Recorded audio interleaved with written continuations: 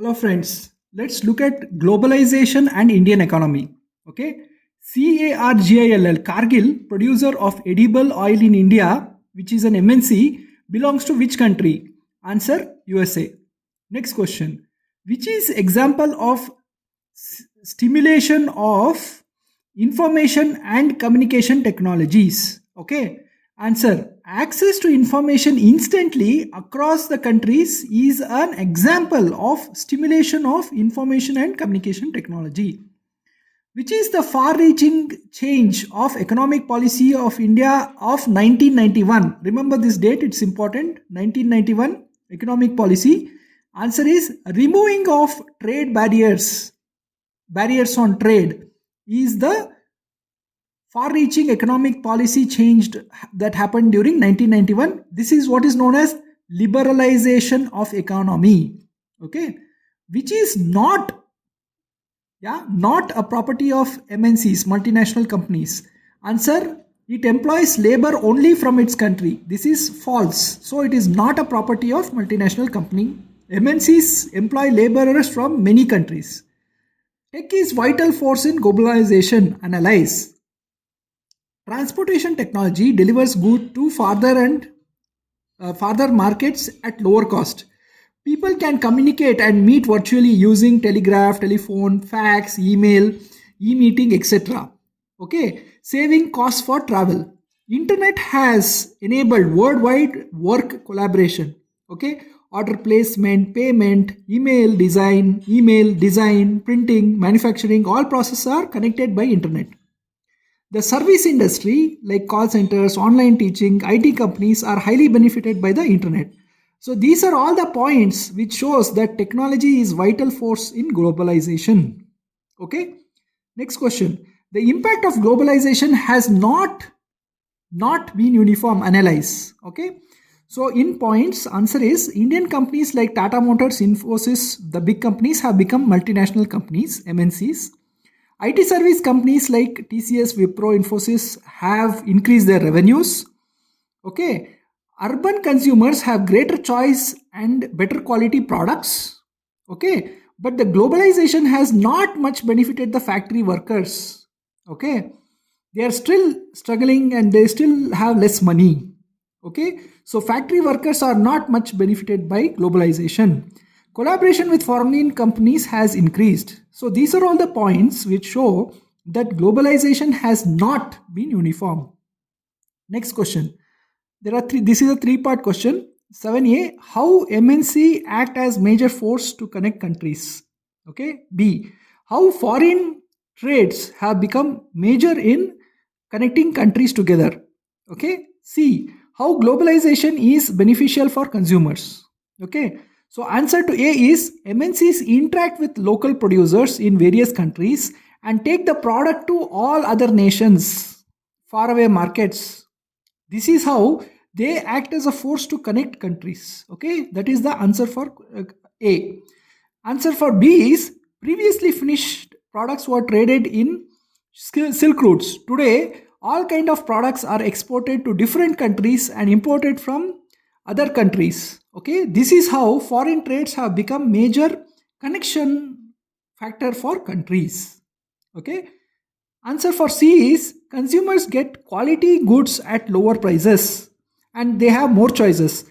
That is how globalization has been beneficial for consumers.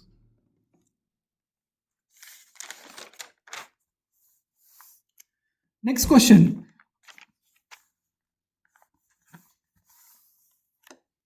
How can the government of India make globalization fair to everyone? Government policies should protect the interests of all people and not only the rich. Okay, labor laws should be implemented and taken care properly.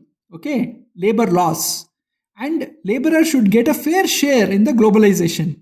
Okay, MSMEs, which stands for mini, small and medium enterprises, should be helped by the government. Government should negotiate at WTO. WTO stands for World Trade Organization for fair rules. Government should align with countries of similar interest and should avoid the domination of big players. So these are all the points how government of India can make globalization fair to everyone. Okay, how has globalization affected life of Indians? Okay, point A, they have greater choice, the quality of product is better, the costs are reduced, okay, of goods and services are reduced, local producers in India are able to connect to the global market, access to foreign investment is there, foreigners can invest in India, collaboration with MNCs have added to the revenues. So these are all the points which show how the globalization has affected life of Indians. Okay, next question, why do MNCs set up factories in particular areas? See, the MNCs look for place should be close to the market. Okay, it should be close to skilled labor at low cost. Okay, so the place should have skilled labor at low cost, and the place should have good favorable government policies. Okay, and the place should have water, electricity, transport, market, safety measures. All these features should be in that place. In these places, MNCs will feel it easier to set up the factories. Next, explain the effects of globalization. So, what has globalization resulted in?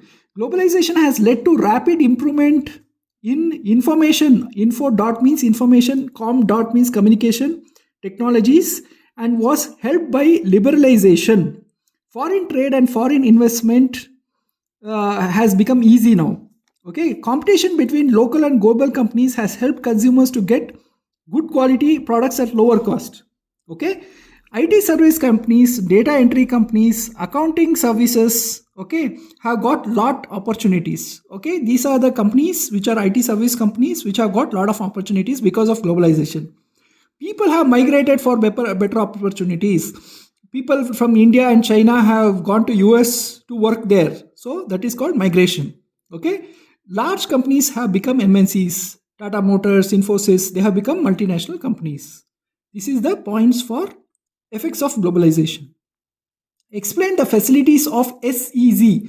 S as in Sam, E as in elephant, Z as in zebra. That stands for SEZ, which stands for Special Economic Zone of government. See, in these special economic zones, the electricity, water, roads, transport, and storage are provided to the factories, okay, by government. Second one, there are recreational and educational facilities for the laborers and their children, and the government will say no taxes for the first 5 years. So these are the 3 points which explain the features of SEZ, which is Special Economic Zone. How has the foreign trade integrated market of different countries?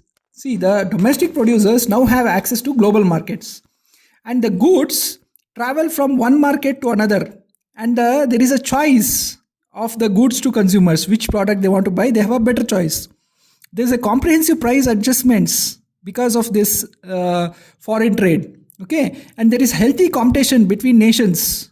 So all these points showcase that foreign trade integration helps different countries.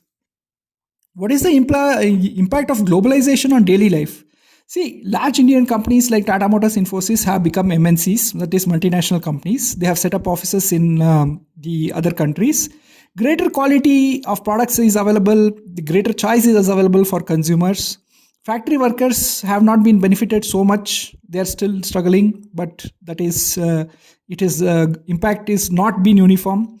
Foreign competition and collaboration have helped Indian companies. So these are the factors.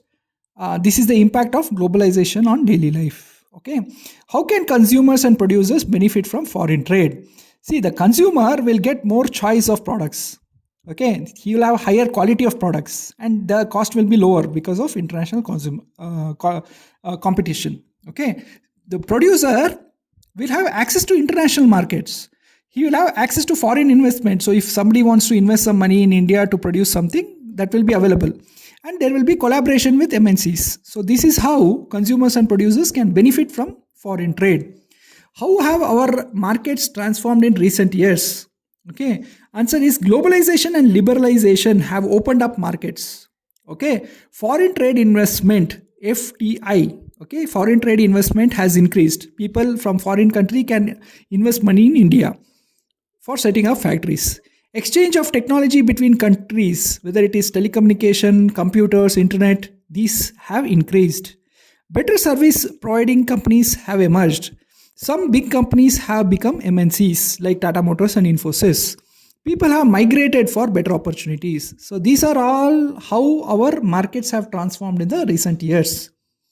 Conditions to be taken care by MNCs to set up industries. See, first, anywhere you need to set up in the industry, it must be close to the market where you are going to sell your products. It should have good skilled, low cost labor. Availability should be there. Availability of water, electricity, transport, roads should be there. Favorable government policies and tax rebates should be there. So these are the features which you should take care when you're setting up industry. How are local companies benefited by MNC collaboration? See, MNCs can invest fund for better technology and larger technology. MNCs can provide access to international market. Okay, so they have money to invest in better technology. They have reach to the international market so that your products can be sold in the international market, and better production methods. They would have sort of got experience in better production methods, and that can also help, and also latest technology can help. So these are all the points which show how local companies can get benefited by MNC collaboration.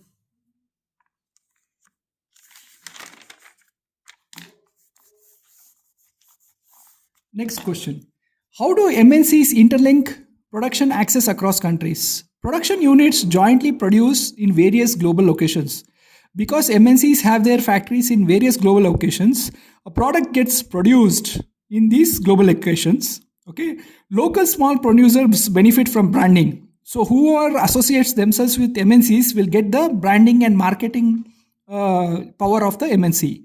MNCs help local companies with modern technology.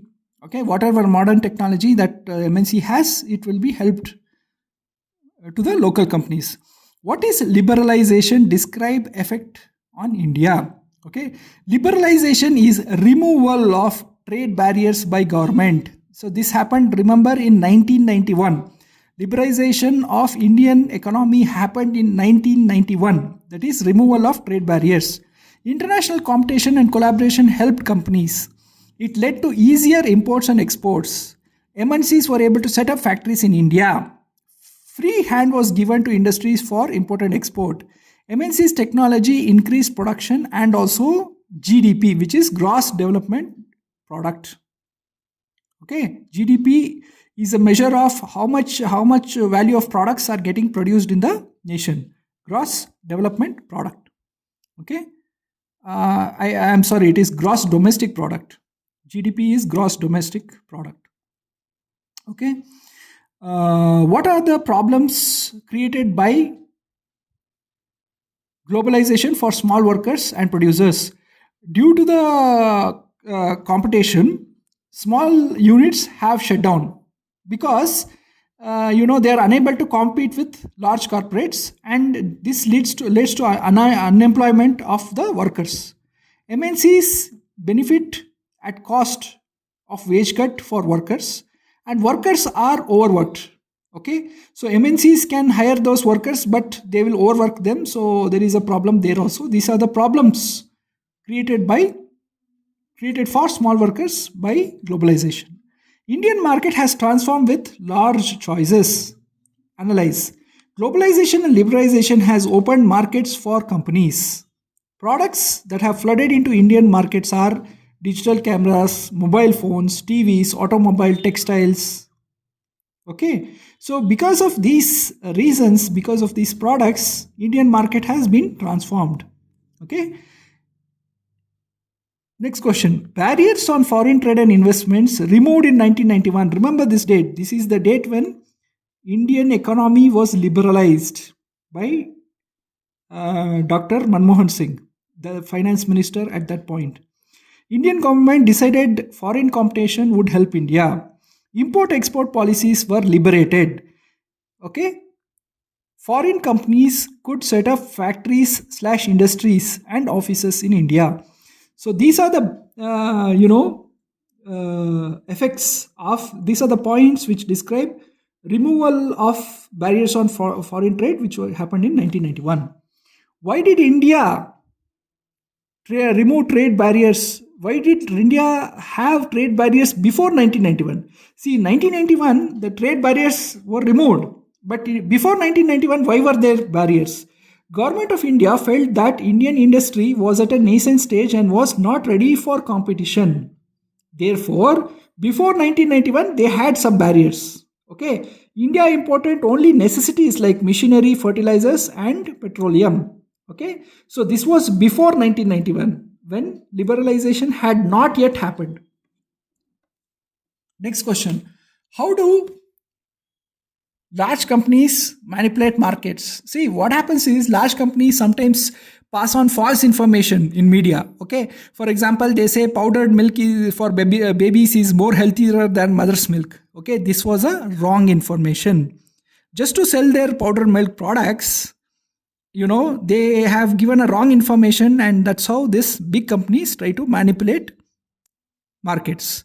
Food items that are harmful for health, for example, Maggi noodles, those are marketed as being healthy. Okay, and sometimes the companies hide the expiry date, they hide the contents of the food, they hide terms and conditions, they do all these wrong things to manipulate markets, and they create artificial scarcity. Okay, they just take the products and store it in their storage areas and not sell, create artificial scarcity, and when the demand becomes very high, they will sell it at a higher price. So all these points show how the large companies can manipulate markets. How did CARGIL, Cargill Foods, become largest edible oil producer? See, Cargill Food USA MNC bought Parak Foods, which was an Indian company, PARAKH. Okay, Parak Foods had a large marketing network and they had oil refineries. So when the Cargill Food bought Parak Foods, all these assets went to Cargill Food. Okay, after acquisition, Cargill Food becomes largest producer of oil products. Okay, and they do 5 million pouches of oil a day. Okay, so this is how Cargill Food became the largest producer. Next question: why did Ford wanted to set up a plant in India? Ford was selling 27,000 cars in India. Their plan was to manufacture in India and send to other markets such as Africa, Brazil, and Mexico. So this is why they wanted to set up a plant in India. Thanks, friends.